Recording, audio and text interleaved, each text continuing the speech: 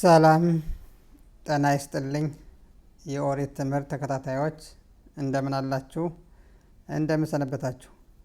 የእስራኤል ቅዱስ ኃያል የተመሰገነ ይሁንና ዛሬም ከኦሪት ትምህርት ተከታታዮች እየቀረቡልን ጥያቄዎች አሉን። ከነዚህ ጥያቄዎች መካከል ዛሬ አንዱን ጥያቄ እንማራለን ማለት ነው። ይህም ጥያቄ ምንድነው? ለመሆኑ አዋቂ ወይም አዋቂ የተባሉ እንግዲህ ብዙ አዋቂዎች ናቸው። እንግዲህ ጠንቋዮችም ሊሆኑ ይችላሉ፣ ጻድቃን የተባሉትም ሰዎች ሊሆኑ ይችላሉ። ስለዚህ እነዚህ ሰዎች የወደፊቱን ያውቃሉ ወይስ አያውቁም የሚል ጥያቄ ነው። እንግዲህ ከዚህ ላይ ነው እንግዲህ ሁላችን እኛ የምንሸወደው። በጣም ትልቅ ጥያቄ ነው። ምክንያቱም ብዙ ጊዜ እያንዳንዱ ጻድቅ የተባለ ሰው ወይም በተቃራኒው ደግሞ አስማት ጠንቋይ የሆነ ሰው የወደፊቱን እናውቃለን የሚሉ አሉ። ይህ እንደዚህ ይሆናል፣ በዚህ ጊዜ እንደዚህ ይሆናል፣ በዚህ ዓመት፣ በዚህ ወር፣ በዚህ ቀን ወዘተ እያሉ የሚሉ ጻድቃን የተባሉንም ጻድቃን የሆኑት ማለት ነው። በእውነት ይሄ ነገር ያውቃሉ ወይስ አያውቁም የሚለው ነው። ይህንን ለመመለስ በባቢሎን ታልሙድ ግማራ ፕሳኺም የባቢሎን ታልሙድ ግማራ ፕሳኺም ምዕራፍ 54 ቁጥር 2 ላይ ስለዚህ ነገር የተጻፈውን እናያለን ማለት ነው። ይህም እንዲህ ይላል። ታኑ ራባናን ሽብአ ድባሪም ምኹሲም ምብኒ አዳም ይላል። እንግዲህ የኦሪት ሊቃውንቶች ምንድን ያሉ እዚህ ላይ 7 ነገሮች ከሰው አያውቃቸውም፣ የተደበቁ ሰው ሊያውቃቸው አይችሉም ይላሉ። እነዚህ ምንድን ናቸው? እነዚህም የሚከተሉት ናቸው ይላል። ኤሉሄን ዮም ሀሚታ፣ ይህ ማለት ሰው የሚሞትበትን ቀን ፈጽሞ አያውቅም። አሁን ብዙ ጊዜ አይታችሁ እንደሆነ አንዳንድ ሐኪሞች የሰው በቃ 1 ሳምንት በላይ አይቆይም፣ 1 ወር በላይ አይቆይም፣ ወይም ነገ ይሞታል፣ ወይም ከሰተ ቦታ ይሞታል ይላሉ። አንዳንዴ ይሳካላቸዋል፣ አንዳንዴ አይሳካላቸውም። ለምን? የጥንቆላም ባህሪው ይሄ ነው። ለምሳሌ አንድ ጠንቋይ ወይም አንድ ሐኪም 3-4 ነገሮችን ይሆንና ሐኪሙ እኮ እንደዚህ ብሏል አለ። በዚያ ቀን ነገሮች ከተመሳሰሉት ለማለት ነው። ነገር ግን በፈጣሪ እይታ ግን ይህ የሰው ልጅ እንኳን ሐኪም እንኳን ጻድቃን ሰዎች ነቢያቶችም አያውቁም። መቼ እንደሚሞት አያውቅም፣ ሊያውቅ አይችልም። ስለዚህ ሰው የሚሞትበትን ቀን ፈጽሞ አያውቅም፣ ሊያውቅም አይችልም። ይሄኛው አንደኛው ነው።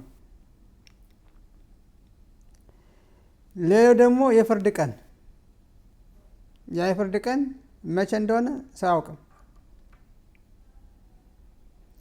ሌላው ደግሞ ዋናው ትልቁ ነገር በኤን አዳም ዮዲያ ማ በልቦ ሼል ሀቤሮ፣ ይህ ማለት አንድ ሰው በሌላ ጓደኛው ወይም በሌላ ሰው ምን እንደሚያስብ ፈጽሞ ሊያውቅ አይችልም። በልቡ ውስጥ ምን ሀሳብ እንዳለ ሊያውቅ አይችልም።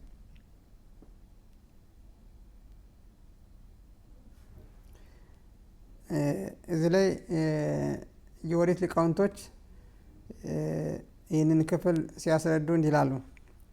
ለምሳሌ አንድ ሰው ጓደኛው የሚያስበውን ወይም ሌላ ሰው የሚያስበውን ቢያውቅ ኑሮ አንድ ሰው አይተርፍም። ምክንያቱም እያንዳንዱ ሰው በልቡ ሌላውን ሰው በተለያየ በክፋት በተለያየ ነገር ስለሚያስበው ማለት ነው።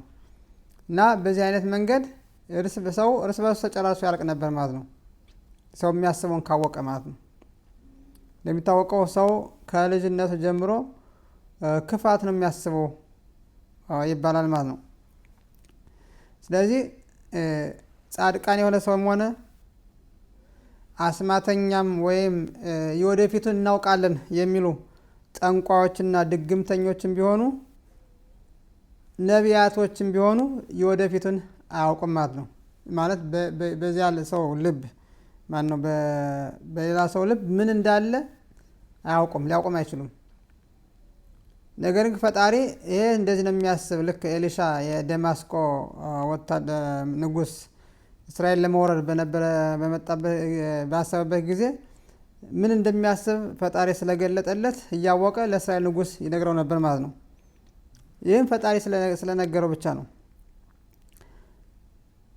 ከዚያ ውጭ ግን ሰው ሊያውቅ አይችልም ማለት ነው።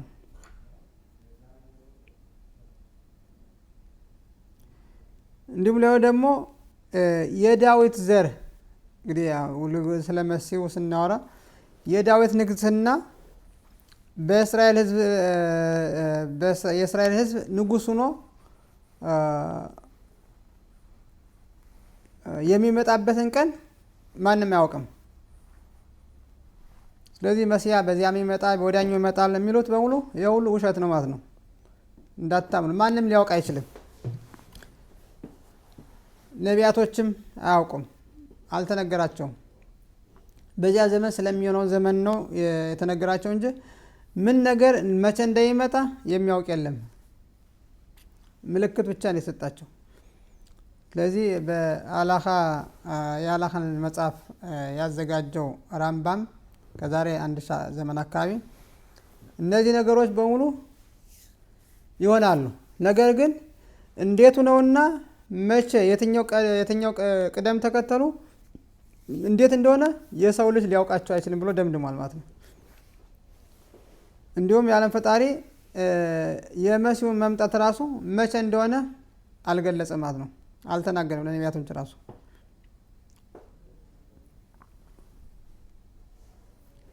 እንደሚሆን ተናግሯል፣ ግን መቼ እንደሚሆን ምን ቀን እንደሚሆን በየትኛው ዓመተ ዓለም እንደሚሆን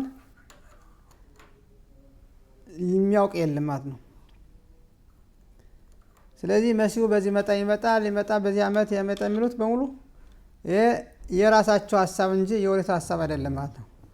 ምክንያቱም ሰው ሊያውቅ አይችልም ካልመጣሳ። አሁን ብዙ ጊዜ በዚህ ዓመት ይመጣል የሚቀጥለው ዓመት ይመጣል ይላሉ። አልመጣም ታላሳ አሁንም በዚያው ነው ይቀጥሉ። ኦሪት እንደዚህ አይደለም። አንዴ ከተናገረ ያ ነገር ካልተፈጸመ ውሸት ነው ማለት ነው። ለዚያም ነው በኦሪት ዳግም ላይ ሐሰተኞችን ነቢያቶችንና እውነተኞችን እንዴት እናውቃለን ብለው በጠየቁበት ጊዜ እስራኤል ልጆች ሐሰተኞቹ 10 ነገር ከተናገሩ ከ10ሩ ምናልባት 3ቱ ወይም 4ቱ ወይም 5ቱ ሊሆን ይችላሉ፣ ወይም 9ኙ ሊሆን ይችላሉ። አንዱ ግን ካልሆነ እነዚያ በሙሉ ሐሰተኞች ናቸው ማለት ነው። ምክንያቱም ፈጣሪ የተናገረ ያለው ነገር በሙሉ ስለሚሆን ማለት ነው። እውነተኛ ነቢያት የተናገሩት ግን ሁሉም 10ሩም ነገር ከተናገሩ 10ሩም ነገር በተግባር ይሆናሉ። በዚህ ማረጋገጥ ይችላል ማለት ነው። ጠንቋዮችና ሐሰተኛ ነቢያቶች ግን 5 ነገር ከተናገሩ ልክ ሰው መቼም ነቢያት ነን ብለው እና እኛ አዋቂዎች ነን ብለው ህዝቡን የማያውቀው ህዝብ ስለሚያሞኙት 1 2 3 ነገሮች ይናገሩና አንደኛው ከሆነ ይሄ እኮ ነብይ እኮ እንደዚህ ተናገረ፣ ይሄኛው እኮ ጻድቅ ሰው እንደዚህ ተናገረ ብለው ያንን ያስተጋቡታ ማለት ልክ እንደ ትልቅ ማስታወቂያ ማለት ነው። ነገር ግን ትክክለኛ ነገር ልብ ብለን መመልከት ያለብን 5 ነገር ከተናገረ እነዚያ ሁሉ 5 ነገር ካልተፈጸሙ ያ እውነተኛ ሊሆን አይችልም ማለት። በእርግጥ ዛሬ ነቢይነት የለም ማለት ነው። በነቢያት ጻድቃንም ቢሆን ምን ነገር እንደሚከሰት የሚያውቅ የለም ማለት ነው። ስለዚህ እኛ ያለነው ዛሬ ኦሪት የምትለውን ህጉና ስርዓት እየፈጸምን ነው እንጂ ነገ ምን እንደሚሆን የሚያውቅ የለም ማለት ነው። ከሰዓት በኋላ ምን እንደሚፈጠር አናውቅም ማለት ነው። ግምታዊ ህይወት ኑሮ የለም። ስለዚህ የኛ ዋና ዓላማ የዓለም ፈጣሪ ያዘን ትእዛዝ በተግባር ማድረግ ብቻ ነው ማለት ነው። ህጉ መማር፣ በተግባር መፈጸም። ከዚያ ውጭ ግን ነገ እንደዚህ ይሆናል፣ በሚቀጥለው እንደዚህ ይሆናል ብለን ሰዎችንም ራሱ ማሳሳት እጅግ በጣም ትልቅ ኃጢአት ነው ማለት ነው። ይህ ማለት እንግዲህ ዛሬ የተማርነው ማንም ሰው የወደፊቱን የሚያውቅ የለም። ማንም ሰው አንተ የምታስበውን የሚያውቅ የለም፣ ጻድቃንም ቢሆን ማለት ነው። ስለዚህ አትሞኙ። እነዚህ ጻድቃን ሰዎች ያውቃሉ፣ እነዚህ ጠንቋይ ሰዎች ያውቃሉ፣ እነዚህ አዋቂ ሰዎች ያውቃሉ የሚለውን ነገር እርሱት። የሚያውቅ የለም። ምክንያቱም ያው ተጽፏል። ሊያውቅ የሚችል የለም። ስለዚህ ኦሪት የምትለውን ትክክለኛ ሰዎች የሚሉት አይደለም። ይህንም ራሱ የኦሪቶቹ በጣም ሊቃውንቶች ናቸው ያዘጋጁት። ራሱ ትክክለኞቹ የጻፉት ምንም አይቀየርም። ስለዚህ የሰው ልጅ ሊያውቅ ሌላ ሰው የሚያስበው ሊያውቅ አይችልም። የሌላ ሰው የሚያስበውን ካላወቀ ደግሞ ስለ አንቺ ወይም ስለ አንተ ማንነት ሊያውቅ አይችልም፣ ሊነግር አይችልም ማለት ነው። በዚህ ምክንያት ገንዘባችሁን አትስጡ፣ አትታለሉ። የወደፊቱን ያውቃል እያላችሁ ህይወታችሁን በከንቱ አታባክኑ ማለት ነው። የሚያውቅ የለም። ስለዚህ የሚያውቅ ግን ኦሪት ራሷ ታውቃለች። ኦሪት ግን በኦሪት ሕግና ስርዓት ካለነ ግን ችግር እንደሚገጥምን አስቀድማ ጽፋለች፣ አሳይታለች። ጣዖት ያመለኩት በሙሉ ሞተዋል። በበረሃ ላይ ያሉ ጣዖት ያመለኩ ወደ ሌላ እምነት የሄዱት በሙሉ ሞተዋል ማለት ነው። ራሱ በበረሃ ላይ ማለት ነው። ወደፊትም ደግሞ ጣዖት የሚያመልኩት ደግሞ ወደፊት ደግሞ ይሞታሉ፣ አይነሱም ከሞትም። ስለዚህ ኦሪት አሳይተናል ማለት ነው። ስለዚህ እኛን የሚጠቅመንና የሚያዋጣን ኦሪት የምትለውን ነገር ተምረን የተከለከለውን ነገር አለማድረግ፣ የተፈቀደውን ደግሞ አድርጉ የተባልነውን ነገር ደግሞ ማድረግ ብቻ ነው ማለት ነው። ከዚያ ውጭ ያለው በሙሉ እንትን ነው፣ የህልም ዓለም ይባላል። ስለዚህ ሰው በጊዜያዊ ነገሮች ዝም ብሎ ወዲያና ወዲህ ማለት የለበት፣ ትክክለኛውን ነገር መማርና ማወቅ አለበት ማለት ነው። ከዚህ ውጭ ያለው ነገር በሙሉ ዋጋ የለውም፣ ሊያድንም አይችልም ማለት ነው። ስለዚህ የወደፊቱን የሚያውቅ አንድም ጻድቅ ሰው የለም፣ አንድም አዋቂ ነኝ የሚል ጠንቋይ ሆነ አስማተኛ የለም፣ አንድም ሐኪም የወደፊቱን የሚያውቅ መቼ ያ ሰው ይሞት መቼ ይዳን ሊያውቅ አይችልም ማለት ነው። ለዚህ ሙሉ የራሳቸውን ግምት ነው። ከሆነላቸው ያችን ማስታወቂያ የሆናቸውና በዚያ እነሱ ያሉት ነገር ከፈጸመል ከሆነላቸው ያቺ ነገር ይሄ ከለ አዋቂ ነው እየተባለ ከለ እኮ አዋቂ ነው ሄዱ እነሱ እሱ ይባርካችሁ፣ እሱ ይቀድሳችሁ፣ እሱ በጣም ይላሉ። ስለዚህ እንደዚህ አይደለም ኦሪት የሚሰራ። ኦሪት እኛ እንድንቀየር ነው። ይህ ማለት አንድ ሰው ለእኔ ጻድቅ ሊሆንልኝ አይችልም። እኔ ብቻ ነኝ ጻድቅ መሆን የምችለው ራሴ። ሌላ ሰው ለእኔ ሊመገብልኝ አይችልም። እኔ እንድኖር ከፈለጉ ራሴ መመገብ አለብኝ። ስለዚህ እኔ ለምሰራው ነገር ኃላፊነትም እኔ መውሰድ ያለብኝ። የሚጠቅመኝን የሚጎዳኝን ኦሪት ምን ነገር የሚጠቅም እንደሆነ ምን ነገር የሚጎዳ ከሆነ በግልጽ ተጽፎ ተቀምጦልናል ማለት ነው። ስለዚህ ከሚያታልሉት ሰዎች በሙሉ ራሳችን መጠበቅ አለብን ማለት ነው። እና እያንዳንዱ ሰው ነገሮች ሁሉ በሙሉ በደንብ አድርጎ መረዳትና ማወቅ አለበት ማለት ነው። ከአብዴሁ በአስዴሁ ሁሉን ነገር ያውቃል ብለን ገንዘባችን ጊዜያችን መበላት የለበትም ማለት ነው። ስለዚህ ሰው ሊታደገን አይችልም። እንዲያውም በሰው ያመነ ፈጣሪ ራሱ ያ ሰው ያደነ ብሎ ይተወናል ማለት ነው። አልትፍትሁ በነድቢም ነገ በሚሞት ሰው መተማመን ፈጽሞ ትልቅ ኃጢአት ማለት ነው። ስለዚህ መታመን ያለብን በፈጣሪ ኦሪት፣ በፈጣሪ ሀሳብ፣ በፈጣሪ መንገድ ስንሄድ ያኔ በፈጣሪ ታማኝ መሆናችንን ያሳያል ማለት ነው። ነገር ግን ፈጣሪ አያድንም ባለው ነገር ሰዎቹ ያድኑናል ካልን ልክ ሌላ ኃይል አበጀን ማለት ነው። ለዚህም ነው አንዱ በ10 ትእዛዛት ላይ ሁለተኛው ትእዛዝ ሌላ ኃይል አይኖርህ ያለው ለዚህ ነው። ሌላም ሰዎች እኮ እንደዚህ እንዳደረጋለን ካሉ ኃይል ናቸው እነሱ። ስለዚህ የፈጣሪን ኃይል ትተን ዋናውን ኃይል ትተን ሌላ ሰው ሰራሽ ኃይል ከተከተል እኛ ራሳችን በችግር ላይ እንወድቃለን ማለት ነው። ስለዚህ እያንዳንዱ ሰው እገሌ ያውቃል እገሌ አዋቂ ነው፣ እገሌ ወደፊቱን ያውቃል የሚለው ነገር እርሱት። ማንም ያውቅ የለም። የምናውቀው ግን እኛ ኦሪትን ስንፈጽም ጥሩ ነገር እንደሚኖርልን ማወቅ አለብን። መጥፎ ነገር ከሰራ ግን ያ መጥፎ ነገር አሁን ዛሬ ባይሆንም ነገም ባይሆንም ነገ ወዲያም እንደሚደርስ ማወቅ አለብን ማለት። ለዚህ ኃላፊነት መውሰድ አለብን ማለት ነው። ምክንያቱም እኛ አሁን የሰራነው ነገር ነው በኋላ በቅሎ አድጎ መንገድ ላይ የሚጠብቀን ማለት ነው። የትም አይሄድም። እያንዳንዱ የምንሰራቸው ነገሮች ውጤት አላቸው። ውጤታቸው ደግሞ ይጠብቁና መንገድ ላይ በዚያው መንገድ ነው እኛ የምንሄደው። ስለዚህ እውነቱን አውቆ በእውነቱ መንገድ ሰው ከሄደ ጻድቅ ሰው መሆን ይችላል ማለት ነው። ነገር ግን ራሱን በመተው ሌላ ኃይል ከኔ ውጭ ያለ ኃይል ያድነኛ ብሎ ካሰበ ይህ ሰው ሞኝ ነው ማለት ነው። ስለዚህ ሞኝ መሆን የለብንም፣ ብልህ መሆን የለብንም። እኛም ሰው ነው፣ ያም ሰው ነው። ከኛ በለጠ ያ ሰው ሊያድነን አይችልም። ቆም ብለን ማሰብ አለብን። የአካባቢው ሰው እንደሚሄደው መጓዝ የለብንም። ቆም ብለን ራሴ የምሰራው ምንድን ነው? ይህ ሰው ማን ነው? ያ ሰው ማን ናት? ወዘተ የሚለውን ነገር በጣም ልብ ብለን በመገንዘብ የፈጣሪ ሕግና ስርዓት በመማርና በማወቅ ሕግና ስርዓቱን ስንጠብቅ ያ ጽድቅነትን ያመጣል ማለት ነው። ከዚያ ውጭ ያለው ራስን ማታለል ነው። ራሳችን ስናታለል ደግሞ የሚጠቅመንም የሚጎዳንም ራሳችንን ነው ማለት ነው። ስለዚህ እያንዳንዱ ይሁዲ ይህን ሁሉ መረዳትና ማወቅ አለበት ማለት ነው። አይሁድ ያልሆነውም ያው 7 ሕጎች አሉት ፈጣሪ ያዘዛቸው። እነዚያን ከፈጸመ ጻድቅ መሆን ይችላል ማለት ነው። ከእነዚያ ውጭ ያሉትን ካረገ ደግሞ ጻድቅ መሆን አይችልም ማለት ነው።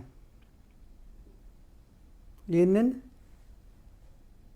የማድረግና ያለማድረግ ደግሞ የራሱ የግሉ ነፃ ምርጫ አለው ማለት ነው። ማንም አድርግ ብሎ አያስገደውም፣ ማንም አታድርግ ብሎ አያስገደውም። ስለዚህ ይጠቅመኛል፣ ይጎዳኛል የሚለውን ራሱ ነው እንግዲህ መዝኖ አስቦ አውርዶ የሚያደርገው ማለት ነው። እኛ የምንሰጠው መረጃ ብቻ ነው። ይህ ነገር ትክክል አይደለም የሚል ደግሞ ከዚህ ተቃራኒ ነገር ደግሞ ያሳየን። ከዚህ ውጭ ሌላ እውነት እንደሌለ ኦሪት ራሷ ተናግራለች ማለት ነው። ስለዚህ የዛሬው ጥያቄና መልስ ትምህርት ባጭሩ ይህን ይመስላል። የበለጠ ትምህርቱ የበለጠ ብዙ መረጃ ይሰጠን ዘንድ ጥያቄ አሁን ልክ ሰሞን እንደምናቀርበው ጥያቄ የተለያየ ነገር ላኩልን፣ አብረን እንማማራለን ማለት ነው። የማናውቀውን እናውቃለን። ስለዚህ በአይሁድ ሁሉም ሰው ተማሪ ነው፣ ሁሉም ሰው አስተማሪ ነው። ስለዚህ እርስ በርሳችን መማማር አለብን ማለት ነው። ስለዚህ ጥያቄ ካለ ትምህርት አለ፣ ጥያቄ ካለ ደግሞ ትምህርት የለም ማለት ነው።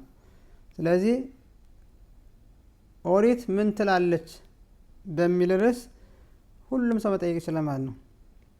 ምክንያቱም የኦሪት ሀሳብ የፈጣሪ ሀሳብ ነውና የሰው ሀሳብ አይደለም። የሰዎችን ሀሳብ እኛ በሙሉ ውድቅ እናደርገዋለን ማለት ነው። ምክንያቱም ከኦሪት ጋር የማይሄድ ነገር ስለሆነ አብሮ አይሄድም ማለት ነው። ለዚህ ነው የምንለየው የፈጣሪ ኦሪት ምን ትላለች እና ሰዎች ምን ይላል የሚለውን የምንለየው በዚህ ነው። ስለዚህ ሰዎች የሚሉት የወደፊቱን የሚያውቁ ሰዎች አሉ፣ ጻድቃን ሰዎች አሉ፣ እንደዚህ የሚያውቁ አዋቂዎች አሉ፣ በትክክል የሚያውቁ ሰዎች አሉ ይላሉ። ኦሪት ደግሞ አያውቁም ትላለች። ታዲያ ማንን እንስማ? ያኔ ሰው ሁሉ ነገር ግልጽ ሊሆንላት ማለት ነው። ኦሪት ወይም ፈጣሪ የሚለውን እንስማ ወይስ ሰዎቹ ፍጡራን የሚሉት እንስማ? ልክ አዳም በእባብና በሔዋን ተሰብኮ ፈጣሪ ያለውን አትስማ እኛን ስማልነ ብለው ከገነት እንዳስወጡት እኛም ከገነት እንውጣ ሰዎችን ሰምተን በእርግጥ የእያንዳንዳችን ነፃ ምርጫ ነው። ፈጣሪ ያለውን እንጠብቅ ካልን የኦሪት ሕግና ስርዓትንና አይሁድ ያለውን ደግሞ 7ቱን ሕጎች ስንጠብቅ ብቻ ነው። ሁለቱ ናቸው። ከዚያ ውጭ ያለው በሙሉ ውሸት ነው ማለት ነው። ሌላ ነገር የለውም። ሰዎች ራሳቸው በአይምሯቸው ይሆና ብለው ያሰቡት ነው። ለዚህም ነው መንግስተ ሰማያት መንግስተ ሰማያት መንግስተ ሰማያት የሚሉት። መንግስተ ሰማያት በኦሪት አልተጻፈ። ስለዚህ ምድር እንጂ ስለ ሰማይ አልተጻፈ። መንግስተ ሰማያን አይቶት ምስክር ስለማይገኝ ምስክር ያልተነገር ሰዎችን ማታለል ይቻላል።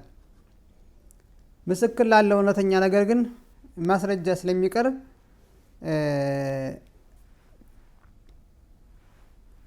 ፈጣሪ በዚህ ምድር ስላለው ነገር የታዘነው ከሰዎች ጋር መኖር እንዴት እንዳለብን፣ እንዴት ማክበር እንዳለብን፣ እንዴት አድርገን መርዳት እንዳለብን የተጻፈ ማለት ነው፣ ወይም የታዘዝ ነው። ስለ መንግስተ ሰማይ ማን አይቶ ማን ሄዶ መጥቶ የሄዱት በሙሉ እዚያው ነው የቀሩት። ነገር ግን ያው መልአኩ ተናግሮኛል፣ እንግዲህ አንድ መልአክ መጥቶ ቢያለኝ ወዘተ የሚለውን ነገር ይሄ ሁሉ በሙሉ ውሸት ስለሆነ ጊዜያችንን ማባከን የለብንም ማለት ነው። ስለዚህ ባጭሩ የዛሬው የጥያቄና መልስ ትምህርት ይህን ይመስላል። በሚቀጥለው በተለያዩ የኦሪት ትምህርቶች ላይ እስከምንገናኝ ለጊዜው በደህና ቆዩ። ባሩክ አዶናይ ለዓለም አሜን በአሜን።